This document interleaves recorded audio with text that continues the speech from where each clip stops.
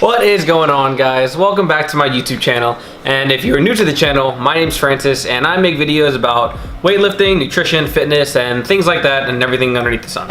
About 2 months now I've been cutting, and I thought it'd be a really good time to make a video regarding whether or not you should be changing up your training while you're on a cut. A lot of people are under the misconception that you have to train really light, you have to do a lot of volume, and you just have to train kind of like a pussy while you're cutting. It's really not the case. It's kind of just as a matter of what phase of your training you're in. So let's dive into that. Best time to cut would be, after a big competition. You don't have any big competitions coming up. You don't have anything coming up that you need to perform very well. This is going to be the time when it's nice to cut and you want to build up your body, not really in the skill of anything that you're doing. So in my case, I'm not really going to be worried about putting a new 1 rep max on my snatch and clean and jerk. Instead, I'm going to be using my time to build my body ready for the next training season, to get ready for those numbers later on in the future, and just, get better at my cardiovascular system, get my body stronger, get used to, high volume and a lot of things like that. So it's kind of just prepping your body. Just because you're dieting doesn't mean you're going to turn into like a big old pussy, If you're training heavy, you should still continue to train as heavy as you can, and that's only going to benefit you while on a cut, because you want to keep as much of that muscle as you can. Now, if you're doing a drastic diet, if you are cutting out 1,000 calories out of your diet and you just want to look good, yeah, your performance is going to just go down the toilet, because your body is not getting any time to get adjusted to the lower calories.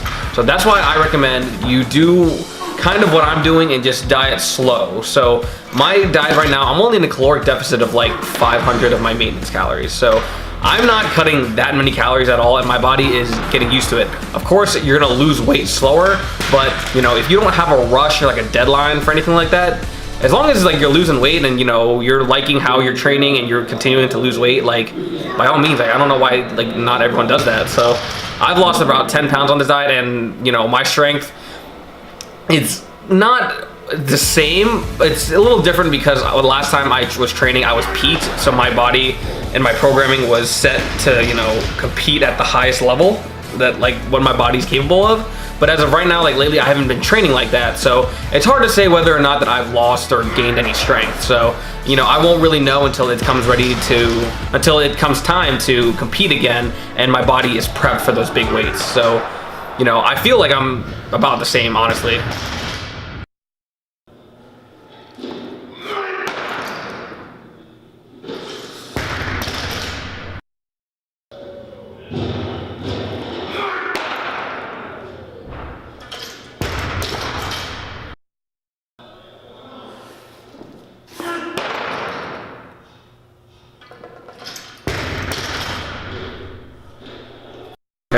If you guys are catching a pattern, a lot of my movements are power movements.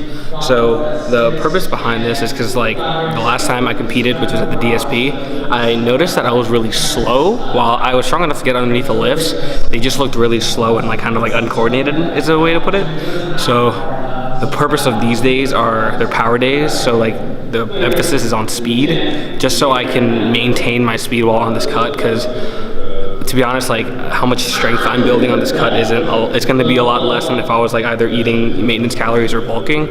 So I really want to focus on the skill of weightlifting, not so much the strength. And the skill is there's a whole bunch of things that go into skill. There's mobility, explosiveness, coordination, speed. Right now I'm just working on speed, because speed is one thing that you lose on a bulk or on a cut, because you don't have the energy to move in the same way. And since I'm only doing 2 days a week, I'm not practicing the skill as often as I used to, because I used to be in here 5 days a week training and doing the movements consistently, my body's used to it. But now, what's up, dude?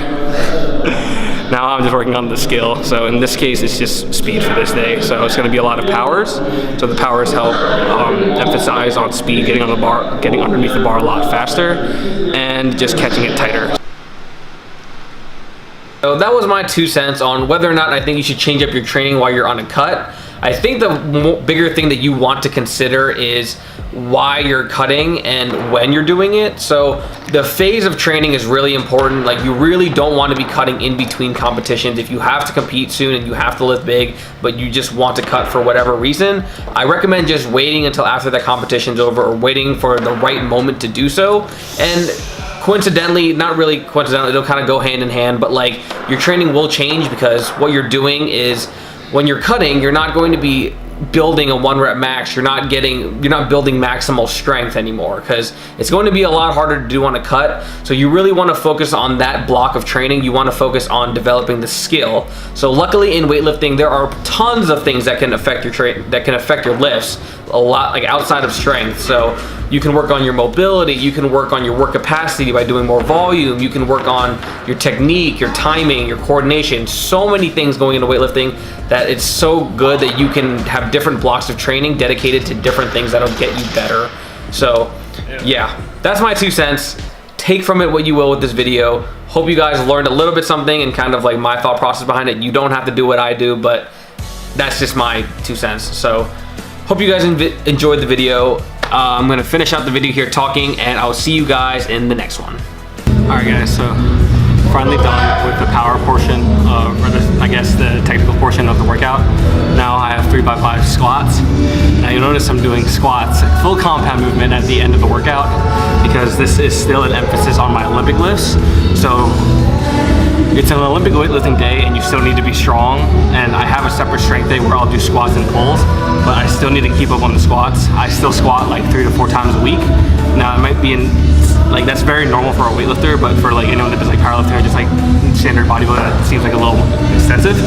But it's kind of like what it takes to keep my legs. I need to keep my legs like healthy and strong, just because even if I'm on a cut, like I can't just neglect leg strength. Like that's one thing that you want to actually like push even further to maintain or build while you're on a cut.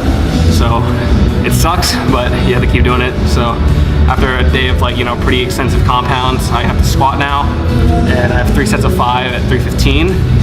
If I don't make all of them, it's not a huge deal, just because like I have my strength day tomorrow where I'll be doing front squats, but I still need to keep up the intensity on the squats. So leg strength is something that you always need to work on, because you'll never have enough leg strength in the sport. So yeah, this will be the tail end of my workout, and let's get after it.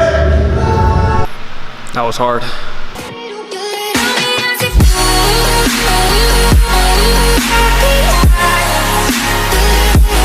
Happy